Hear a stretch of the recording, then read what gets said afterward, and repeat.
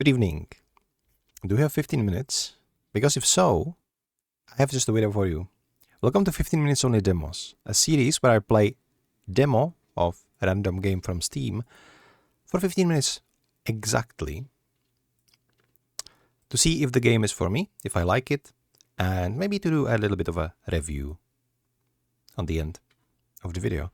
Today we are playing a game called Cursemark, which is another pixel art game, and as of formula, since a couple of days ago, we are going to be reading the Steam description and other information about the game from the Steam page first. So, Cursemark is apparently hack and slash and cast your way through a haunted kingdom brimming with secrets where no two builds are ever the same. As a cursed mage-knight, you will unlock devastating spells, equip ability-transforming runes, and reforge your curse on the path to victory or death in this fantasy action roguelite. The game is planned to release on 8th of June 2026, and demo is available on Steam right now. So, if you like what you see and you're interested in the game, go check out the demo or wait approximately 1 month for the game to release. It's almost summer already. Time flies, huh? So, what we're going to do, as usual, I'm going to take my phone, I'm going to set timer for 15 minutes, and we're going to play Cursemark and see what the game is about. And after the video, we will have a little talk about the game, what I liked, what I disliked, etc. Time has been set. Let's dive in. It's a begin journey. His soul may never ascend. He who bears the curse mark, a tether to this lesser plane, prison to the deathless. It's very Dark Souls lore inspired. Even though, like, this knight looks kind of like a Dark Souls-ish character, yeah? Very pleasant music.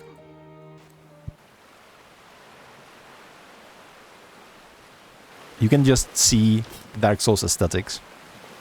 But it's a roguelite, so yeah.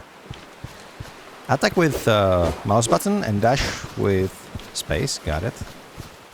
This area reminds me that Firelink from Dark Souls 1. Lots of inspiration. This is how Dark Souls would look like if it was pixelated. And I don't mean like those pixelated kind of remade or demakes or whatever you would call them. I mean, like, okay, open the door. The door does not budge. Okay, let's go this way.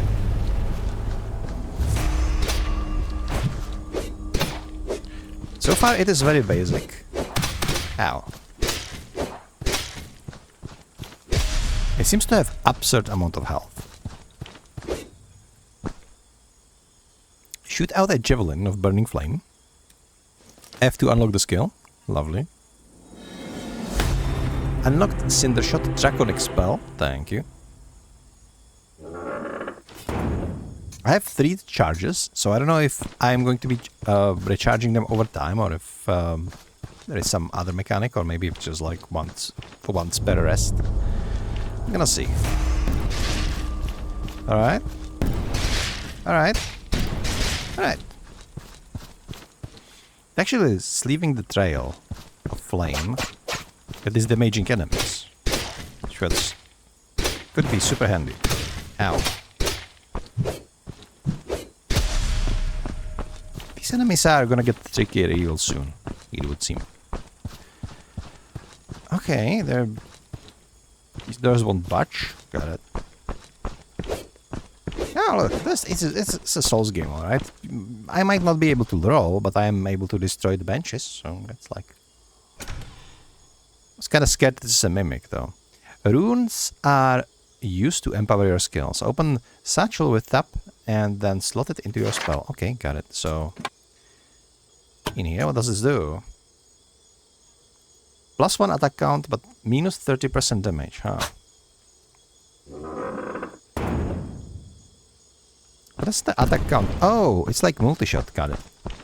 It explains why it does like reduce damage, because if you add multi-shot, you basically doubling your... Ow, dude, chill.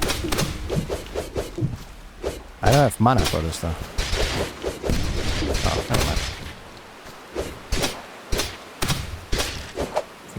I think the game wants me to die here. Wait, they're all dead? How? Come on, I take it. Ah, there we go. All healed up. Glowstone? What does glowstone do? Your energy generation is increased. Okay. The upgrade system is very pleasant.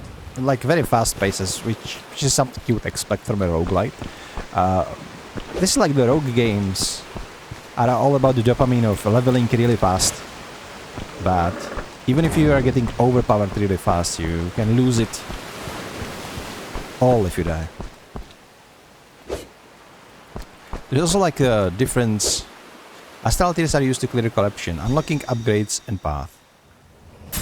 Okay, we cleared the corruption by paying 1, and we can go forth. Good. Nice. It's like the difference between roguelike and roguelite.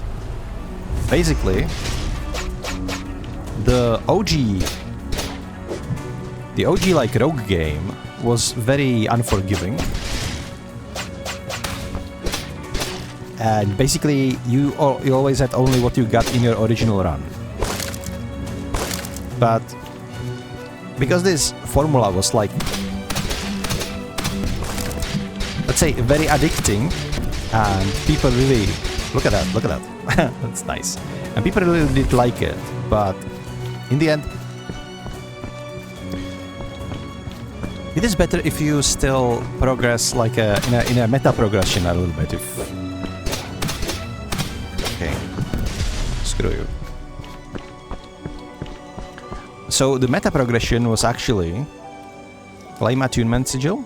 Okay, give me, thank you. So what do we get? Attunement sigil. Unlocks a new skill at the priestess in the Shrine of Valora. Okay, so we probably need to bring this home. Enter the abyss. Let me... I still have time. Let's double check that other direction. I feel like there is going to be like introductory boss in that abyss. So, as I was saying, like the roguelike, that's it. It's just based on the original rogue game. Like if you die, it's over. You can start again. The roguelite started happening in a way that there is a meta progression. So that's the main difference. In roguelites, you're still progressing, even if like not so fast, but even like little upgrades between the runs that are permanent will actually... Oh, I cannot open this up. That's a bummer. It's a little bit of a bummer. Okay, never mind. Let's go this way then. Let's go to the abyss. Kinda hope that we will be able to go through and maybe meet the priestess and upgrade a little bit more to have a little bit easier time with the boss. I guess not. Increase my max health by paying 10? Okay. Sure. There we go. And max health, I think, increased. Oh, okay. So keep your eyes open. There's actually a lot of stuff that you can like collect and find in the map. I quite like that. I don't know how randomized these maps are going to be. They usually are very randomized, like to a degree, in these types of games.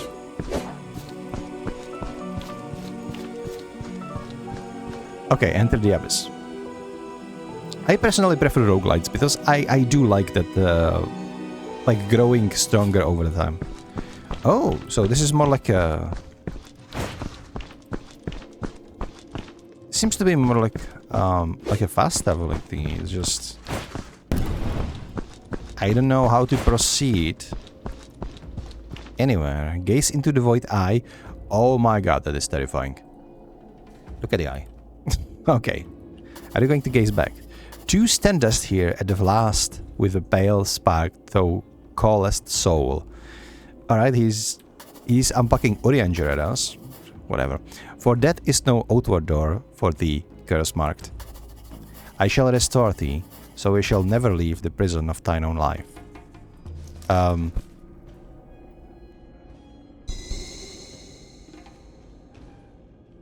So did I just sacrifice all my spells? Was this like a rebirth?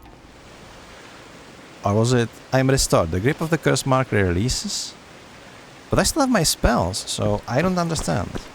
Let's select skills. Okay, we don't have any other skills, so it doesn't really matter. Knight's sword. Got it.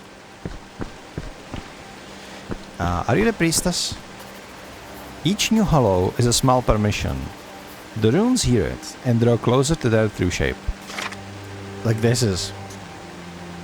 Max health is increased. Okay. When wounded, you deal increased damage. Visions to reflect projectiles when you evade them. Let's go with more health. Maybe this reflection too. Okay. That was talisman shop. Got it. She calls me hollow like, yeah. Obviously made by fans of Dark Souls. Like, ever ready for the battle to come. I think this is like Undead Samurai or something.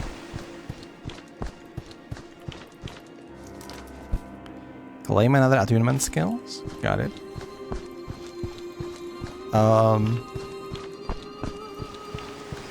Music is so nice.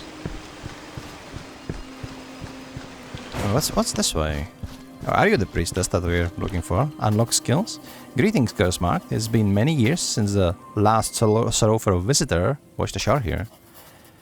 I've many strange things to teach you, if you feel such a hunger. So, Celestial, spell, Sagittara, unleashes volley of arrows. Yeah, but I would like Divine Draconic Lightning. She has like this. Spells, Vard, Sphere of Stars. Create a barrier around yourself that absorbs damage, then explodes it back out. Your attacks unleash a barrage of stars. Ooh, I like this one. Maybe Umbral, Rot. Umbral, what's Umbral? Blood Stars. Sends out a raking blaze of blood that carve cursed path into the ground. Let's take this one, sure. So slowly but surely you will unlock all of them. Got it. Ultimates are powerful. Abilities cast them with Q. In dire situations. Got it. But then you need to wait. There is like a percentage how you are increasing them. Got it? Your max health is increased. Evasion. Okay. Got it. What else? He took away my runes, so that's interesting. Didn't I unlock like one of the Vards too? Or... Hello? Stay sharp out there. Nobody likes a dull blade. Well, I agree. Okay. I mean, yeah. What do you? A new hopeful face to the Temple of Iron is your destination, whether you know it yet or not. The road is perilous. Okay, I don't care. We are running out of time. Oh, there is a map. Look at that. Look at the flying castle. That immediately caught my eye. And we are right here. So, okay. Let's, can you please close this up? There, even you should be able to find it now. Do try to arrive in one piece. Sure. Let's go. Oh, sure.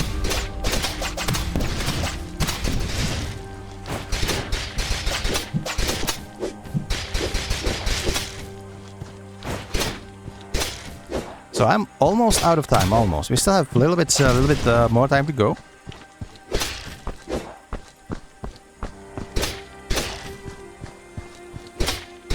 Now, I get the vibes of this game. And I absolutely love the art style.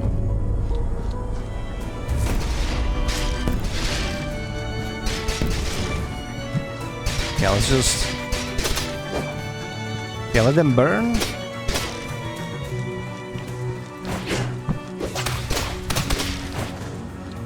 I would like to deflect some of those projectiles, but it seems hard to do so.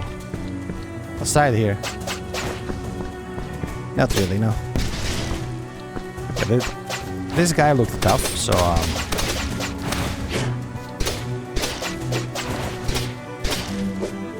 Starburst too. Okay, thank you.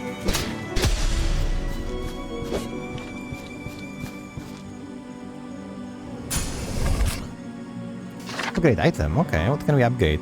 Generates a burst of stars. Okay, sure. Upgrade. Sure. Can we upgrade this one? No, not really, no. Alright. Ooh. Oh, nice.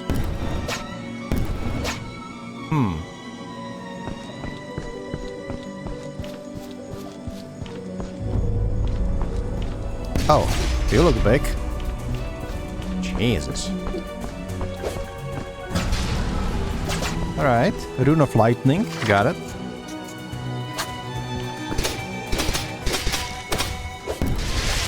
Okay, it does it all the time now because of those improvements. That's very good. Like, the upgrade system in this looks insane. You can really do a lot with all those runes that you can slot into. Maybe it's like Path of Exile inspired, because in Path of Exile it's like leveling your own skills and stuff. Just investing stuff into them, etc, etc. Increase my health, thank you. Just drink some blood. Yeah, let's clean this out through. And now... Oh, it's giving me money for cleaning the corruption, but we don't have any more of these souls. Astral... I don't know where you get astral tears. Like, is this from bosses? You can just find them? No idea.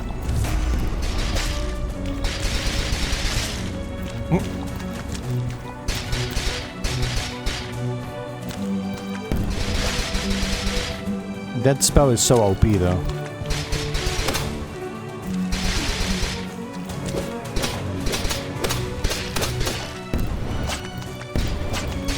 Oh my god. And it's just that pot head. He literally has like a pot for a head and trying to charge me. Still a lot of enemies there though. Was that a nest? Did I just destroy their nest? Is it spawning these birdies? I don't know. I keep like investing these runes. We're out of time though, so... Hang on. Is this a boss? No, it's an ultimate slot. Okay. If it was a boss, I would probably fight it, but other than that, we are out of time. So, yeah. That's all I have for you, for this video. Now, final thoughts. I did enjoy playing this.